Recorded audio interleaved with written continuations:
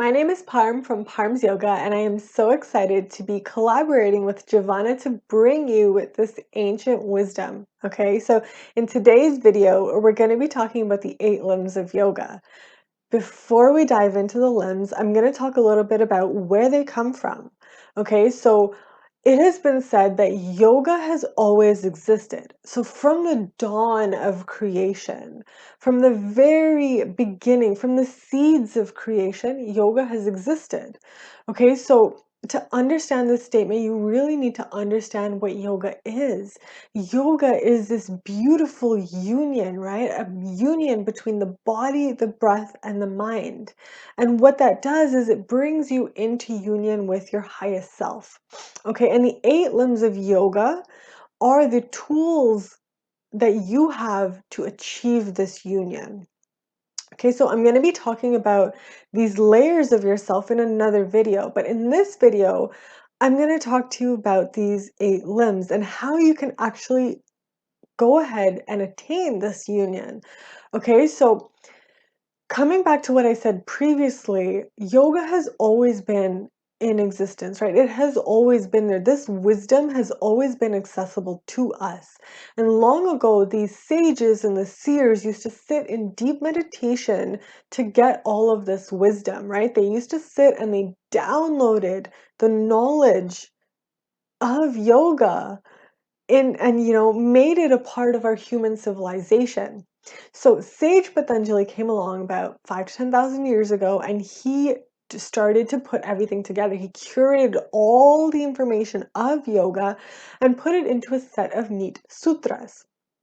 Okay, one of these sutras lists out these 8 limbs. He definitely does go into a little bit more information about them, but there is so much to yoga that these limbs are just touching the surface.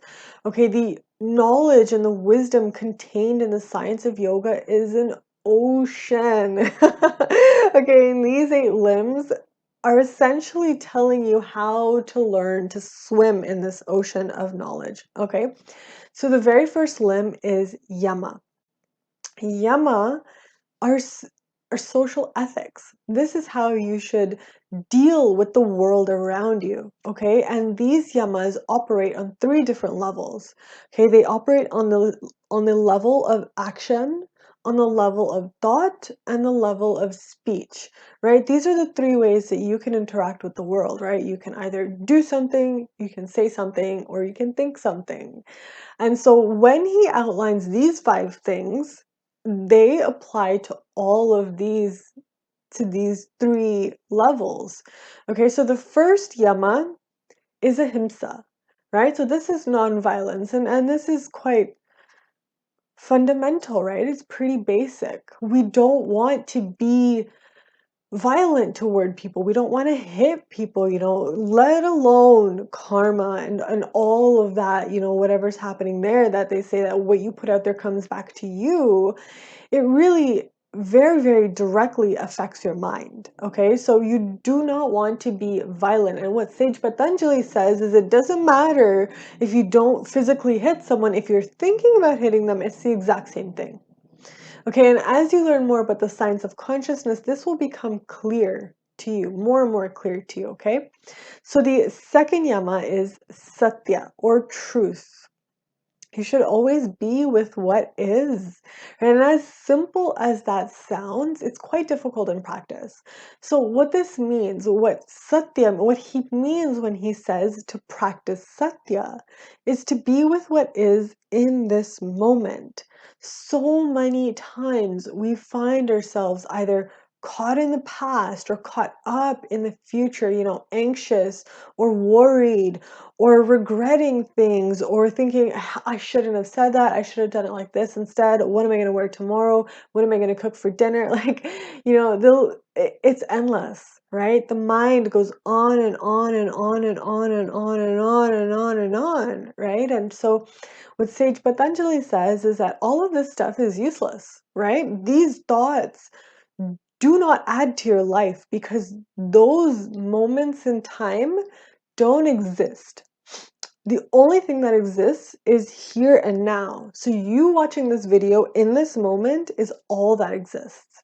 Okay, so if you're thinking about, oh, what am I going to do tomorrow? Well, tomorrow doesn't exist yet, right? And if your mind is constantly spread thin in this way, then there is no way that you can attain union. Okay, and you will see in one of the later limbs why. Okay, so the third aspect of Yama is asteya, so non-stealing. Okay, and there's a very fine aspect to this. Okay, so I'm going to get into that. So the gross aspect, of course, in the physical realm, the realm of actions, let's say, as we've put it before, is you don't want to steal things. Okay, like you don't want to download this video and say, this is mine now. Okay, you don't want to steal your neighbor's I don't know, Christmas decorations or their garden decorations or their plants or whatever it may be. Okay, and the finer aspect of this is to not think about it either, right? When you crave something, for example, if you were to say, oh, this person has a beautiful voice and I wish I could sing like that. You've already stolen that, right? So the practice of yoga, and as you practice it more and more, you'll start to see the deeper, more subtle realms of this. Okay, so and I don't like to think about the limbs as steps because they're not, right? I like to think of them more as a pyramid. So the yamas build your foundation, and then the niyamas will build the next layer. And then as you go through the limbs, you go higher and higher onto this pyramid. And this is what brings you to this union, right? This union with the self and the intelligence, the universal intelligence. So this is your base, and it's so important to follow it. It may seem like very simple things, like, okay, yeah, I don't steal anyways. I don't hit people. But it goes much deeper than that, right? Like if you even think about, oh, that's really nice. I wish I had that. Well, you're kind of stealing already, right? So the next one is brahmacharya. This is the next yama, and this one is very, very interesting. Actually, interesting is not the right word. I think the right word is controversial. A common translation of brahmacharya is celibacy, right? Brahmacharya means to be celibate. And another deeper translation is to walk in the Brahman, right? To be detached. So Brahman is this creation, is everything, right? Is the consciousness. And Acharya is one who walks or one who is a master of, essentially. So to be a master of this creation, you have to not be attached to certain things, okay? And the reason that they've explicitly outlined sex as one of the things that you should not be attached to is because sex and food are one of the things that we have been doing for lifetimes, right? Think about it. No organism can survive without these two things. So this is why it's so important to to practice this. And you know what? Being celibate, even for a certain period of time, brings this detachment, right? Brings a detachment from the cravings for those things. The next yama is aparigraha. So aparigraha means non-accumulation. This applies to all realms again. So, you should not be accumulating things. Your home shouldn't be full of things. You shouldn't accumulate money either, right? It should flow constantly as it's meant to. It should come and it should go. You should not accumulate praises or criticisms, right? Because this is what weighs your mind down. Or when we talk about praises, it's what builds up your ego, and ego is something that definitely stands in the way of this union that you want to achieve, that yoga promises you. Okay, so these are the 5 yamas, and these really, really tell you on a fundamental level how to properly interact with the world on the level of thoughts, action, and speech. Okay, the next limb of yoga are the niyamas, and the niyamas are more like personal ethics. Okay, so if the yamas were social ethics, this would be personal ethics or your personal discipline. The first niyama is shaucha, and shaucha means cleanliness. Okay, so you need to keep yourself clean, you need to keep your mind clean, your thoughts and your speech. Okay, and this has a lot to do with vibration. So then, there's so many different levels of this, right? Like your body needs to be clean for obvious reasons. Okay, your thought, your mind, and your speech need to be clean because if you're putting out negativity, and you're trying to raise your consciousness at the same time, like there is a direct conflict here, right? Where one side is pulling you down, the other is trying to lift, like you're not going to go anywhere, right? So it's very important to be mindful of really every single part of your life. Okay, so the next one is santosha. And this is one of my favorite ones because it's something that you can start to do right this minute. Santosha is happiness or contentment. Okay. Contentment is something that people think just comes, right? It just comes to you. Oh, I'm not happy in this moment. I'll be happy when XYZ, or I'll be happy when that happens, or when this happens. No, yoga philosophy, Sage Patanjali says that contentment is a practice. You need to consciously tell yourself that no matter what happens, I am going to be happy. Okay, I have decided that whatever comes, I'm going to face it with a smile. And actually, the more you learn about yoga philosophy, you'll start to see that that there are certain tendencies, right? Like your consciousness is imprinted with certain tendencies, right? This is also called your karma. Actually, in a very simplistic form, you can say that this is your karma, right? And so this actually decides the state of your mind, the state of your consciousness, the emotions that you feel. So if you become attached to certain emotions and thought patterns, they actually start to become who you are.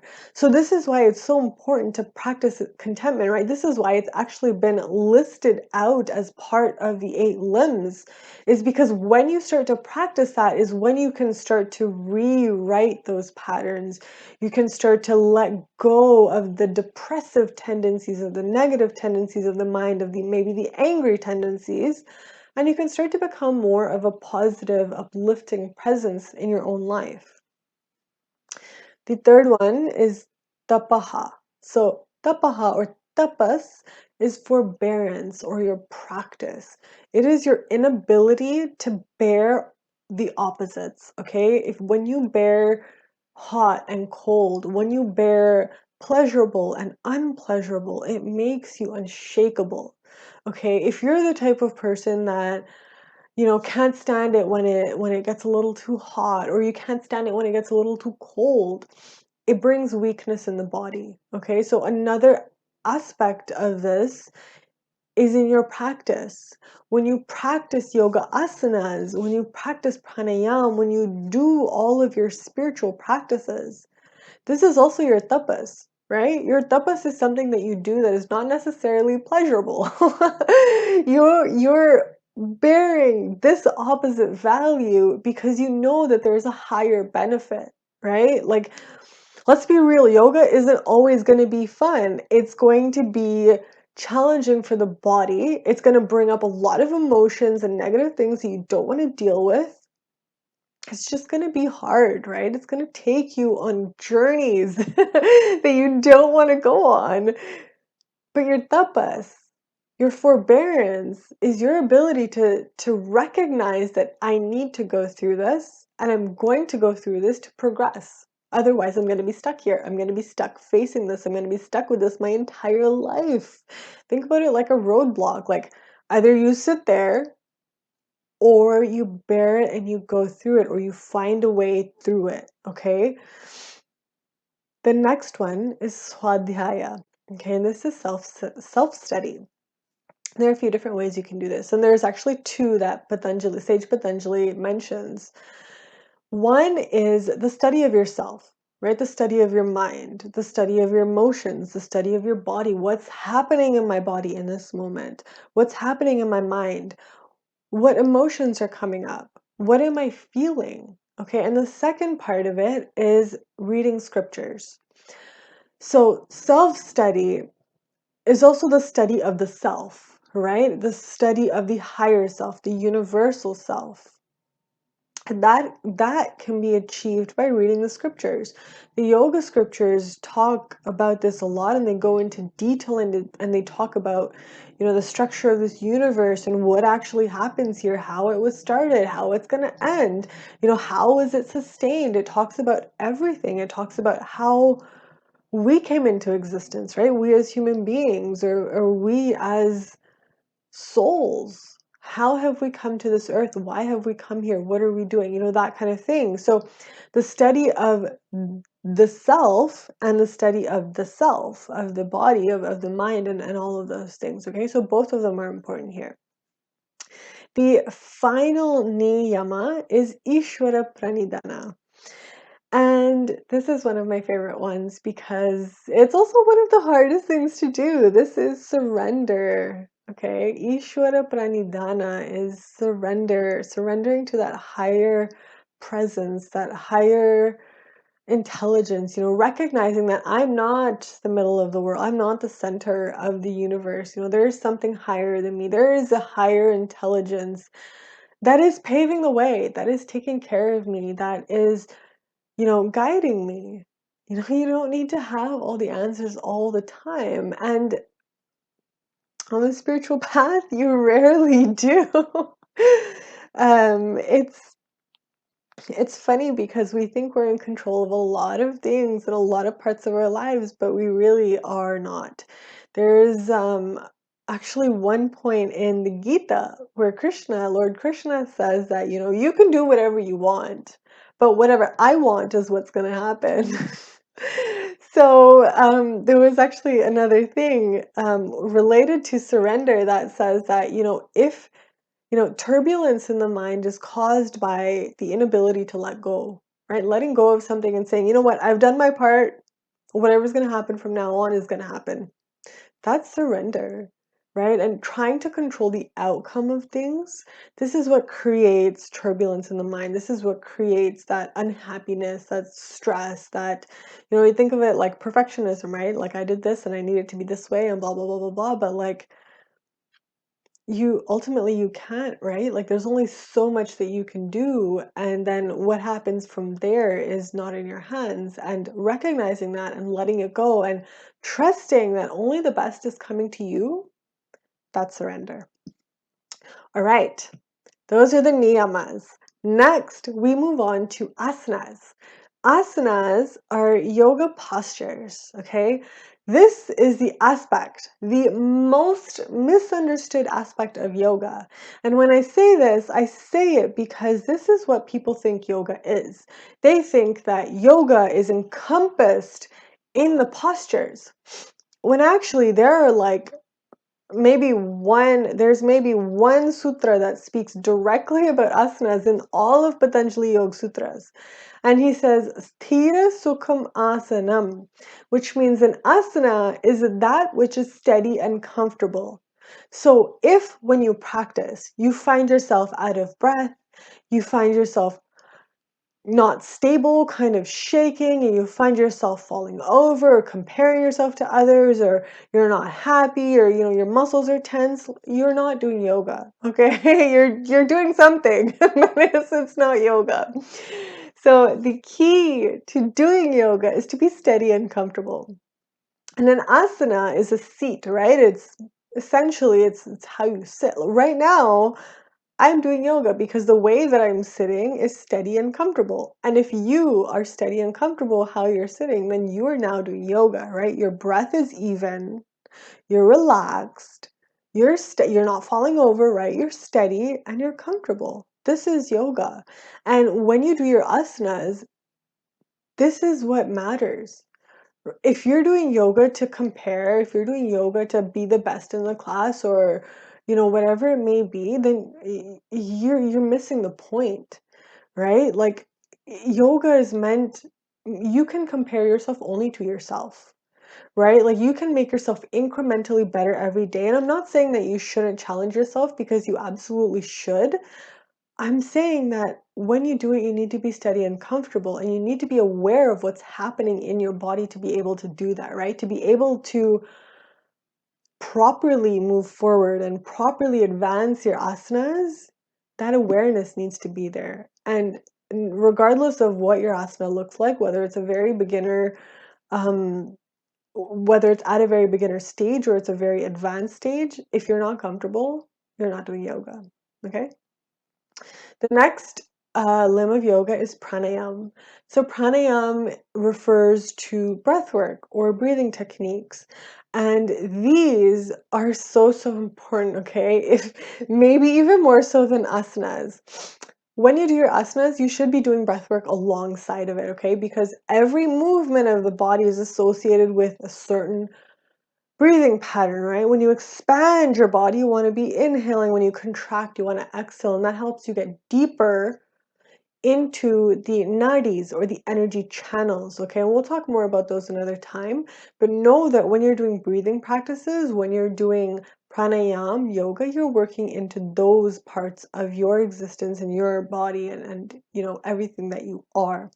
Okay, pranayama facilitates the movement of prana, which allows you to ultimately to release, right? To release all these blockages, all these toxins from your body, your system, and not just physical toxins, right? Mental toxins, emotional toxins. Prana is really, it's your life force, right? And if there are blockages, this is when you start to see illness and disease start to rise in your system. The next limb is Pratyahara. Okay, so the first four limbs deal with the external world, right? Things that you can actively kind of control. Pratyahara is the bridge going inwards. Okay, so Pratyahara is taking the senses inwards. It is alternate food for the senses. Now, if you think about it, your senses are 24/7 engaged in something, right? Right now, you're watching me speak. Later on, you'll be tasting something when you eat, okay? And then maybe even later on, when you go shopping, you want to find like the nicest kind of cloths, the nicest textures for your skin.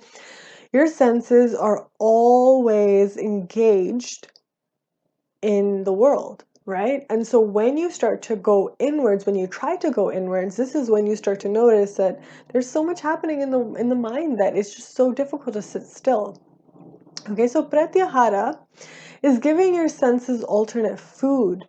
Okay, give them something else to consume, to allow yourself to go inward. And one of the things that is actually very, very recommended when you're just starting out is guided meditations. Right? Guided meditations give your mind that sound, right? They give them something soothing, your senses. They give your senses something soothing to consume while you take your mind inward and into the stillness inside.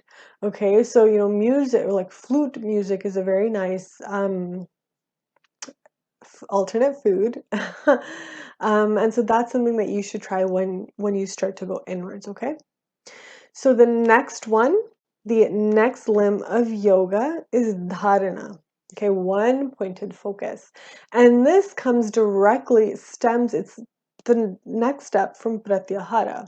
Okay, so pratyahara is bringing your senses inwards. Dharana is fixing them on one point.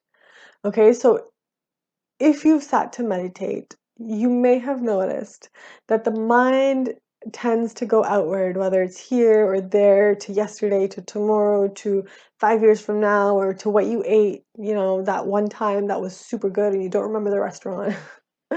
So, pratyahara is the ability to bring the mind to one pointed focus, right? This is so important because otherwise your mind is going to be running after all of these thoughts. You must have heard this analogy where thoughts are like clouds in the sky of consciousness, right? But if your mind starts to follow all these clouds, like when are you ever going to see the sky behind the clouds? Never, right? So this is Dharana. Dharana is kind of sitting and observing and taking the seat of the witness and then saying, I'm going to focus, say, on the tip of my nose or between my eyebrows or the base of my spine or, where at the top of wherever it may be, I'm going to focus there, and whatever thoughts come, I'm going to observe and I'm going to let them go. Okay, and this is important because it takes you to the next step, which is Dhyana. And Dhyana is meditation. So there's a very key difference here. A lot of people think that meditation is concentration. It's actually the complete opposite, okay? Meditation is letting go, right? So once you have fixed your mind on a certain point, you let go, right? You let go of the effort that it has taken you to fix your mind on that point. And that takes you into meditation. Okay, and so a lot of things happen in meditation. A lot of things happen. But eventually, once you become versed in this, then you get to the eighth limb of yoga, which is Samadhi. And Samadhi is higher states of consciousness. Okay, so this is something that I'm not going to say too much about. It's more of an experience than something that I can really talk to you about.